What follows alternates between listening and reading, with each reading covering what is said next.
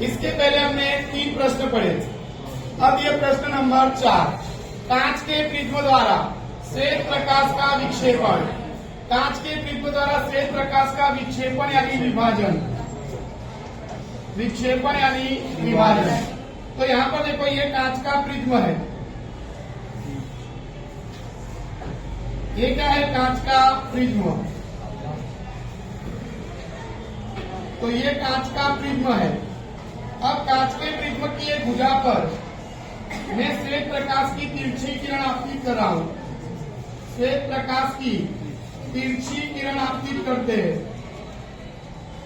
तो क्या होता है कि प्रिज्म के सामने रखे पर्दे पर, प्रिज्म के सामने रखे पर्दे पर 7 रंग दिखाई देते हैं। 7 रंग दिखाई देते हैं।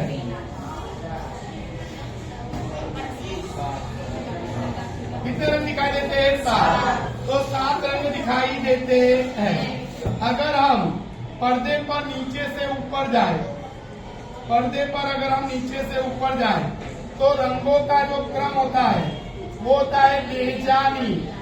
बेजानी किनाला क्रम में होता है। किनाला क्रम में होता है।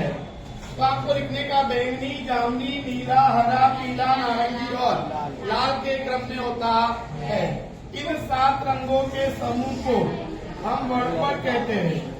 इन 7 रंगों के समूह को क्या बोलते हैं? वर्णपट। फिर से देख लो, कांच के प्रिज्म की एक भुजा पर श्वेत प्रकाश की तिरछी किरण क्या कर रहे हैं? आपतित। तो प्रिज्म के सामने रखे पर्दे पर 7 रंग दिखाई देते हैं। पर्दे पर अगर हम नीचे से ऊपर जाए तो रंगों का क्रम बैंगनी, जामुनी, नीला, हरा, पीला, नारंगी और लाल के क्रम में होता है। इन 7 रंगों को हम वर्णपट कहते हैं। इन 7 रंगों के समूह को क्या बोलते हैं? वर्णपट। अच्छा, श्वेत प्रकाश उसके घटक रंगों में विभाजित हो रहा है। घटक रंगों में क्या होता है? रंगों में विभाजित होता है। और इस घटना को हम बोलते हैं श्वेत प्रकाश का विक्षेपण। इस घटना को बोलते हैं श्वेत प्रकाश का विक्षेपण। अब क्या होता है कि अगर ये कांच का प्रिज्म ना होता तो ये प्रकाश की किरण सीधी गुजर जाती। ये प्रकाश का मूल मार्ग होता। क्या होता? अगर आप मूल मार्ग से देखो तो जो हमारा क्या है, लाल रंग, उसका विचलन कम है और बैंगनी का विचलन सबसे ज्यादा है। तो आपको याद रखने का कि लाल रंग का वेग सबसे ज्यादा होता है, इसलिए उसका विचलन सबसे, इसलिए वो वर्णपट में सबसे ऊपर होता है। बैंगनी रंग का थोड़ा वेग सबसे कम होता है, इसलिए उसका विचलन सबसे ज्यादा होता है, इसलिए वो वर्णपट में सबसे नीचे होता है। तो अगर ये प्रश्न पूछे तो बहुत सरल प्रश्न है।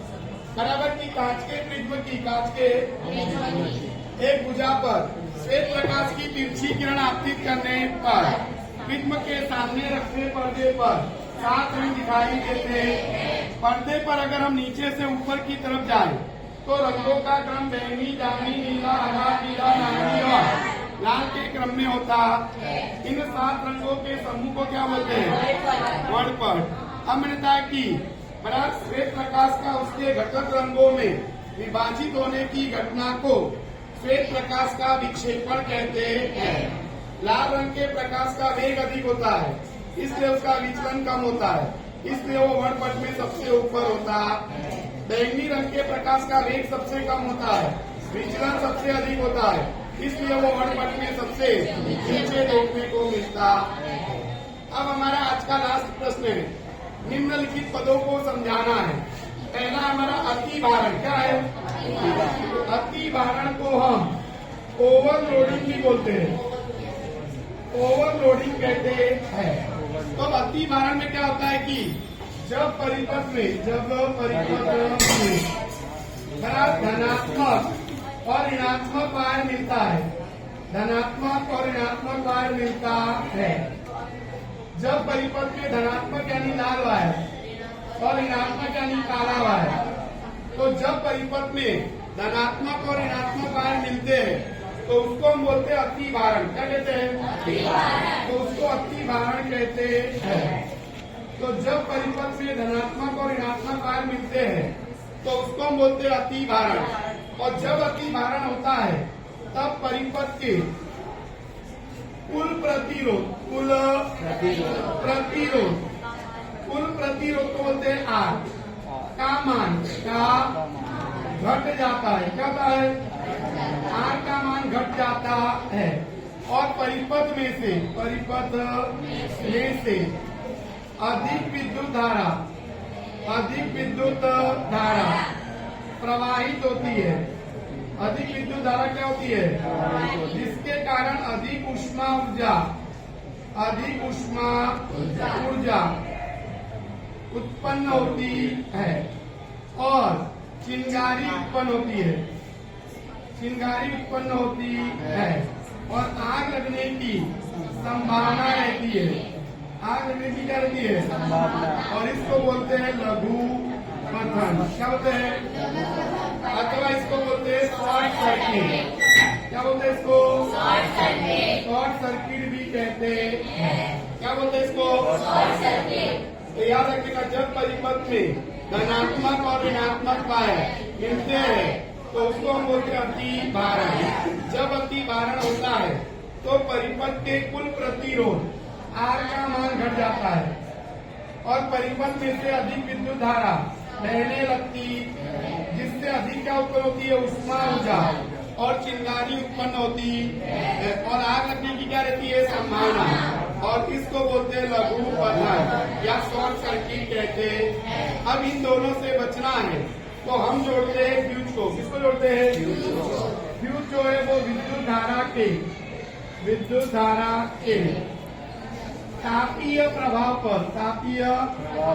अथवा ऊष्मीय प्रभाव पर काम करता है। ऊष्मीय प्रभाव पर क्या करता है? काम। तो याद रखिएगा कि फ्यूज जो है वो विद्युत धारा के तापीय अथवा ऊष्मीय प्रभाव पर काम करता है। तापीय या ऊष्मीय प्रभाव पर क्या करता है? काम करता है। अब फ्यूज में क्या होता है कि दो धातु की कैप होती है। धातु की क्या होती है? कैप। तो फ्यूज के अंदर दो धातु की क्या होती है? कैप। अब धातु की दो कैप को जोड़ने के लिए कम गलनांक वाले धातु के वायर का उपयोग किया जाता है। कम गलनांक वाले धातु के वायर का उपयोग किया जाता है, जैसे कि लेड अथवा लेड प्लस टी का उपयोग किया जाता है। जब परिपथ के अंदर अति भारण होता है अथवा लघु पतन होता है तो परिपथ के कुल प्रतिरोध का मान घट जाता है और अधिक विद्युत धारा बहने लगती है और अधिक ऊष्मा ऊर्जा उत्पन्न होती है। अधिक क्या उत्पन्न होती है? ऊष्मा ऊर्जा। और ये जो फ्यूज का वायर है कम गलनांक वाला, वो वायर टूट जाता है और बहने वाली विद्युत धारा, परिपथ में से बहने वाली विद्युत धारा बंद हो जाती है। विद्युत धारा क्या हो जाती है? बंद हो जाती है और हमारे कीमती साधन क्या होते हैं? सुरक्षित रहते हैं। कीमती साधन क्या होते हैं? सुरक्षित रहते। और इसलिए हम फ्यूज को जोड़ते हैं। घर में हम फ्यूज को श्रेणी क्रम में जोड़ते हैं। कौन से क्रम में? श्रेणी क्रम में जोड़ा जाता है।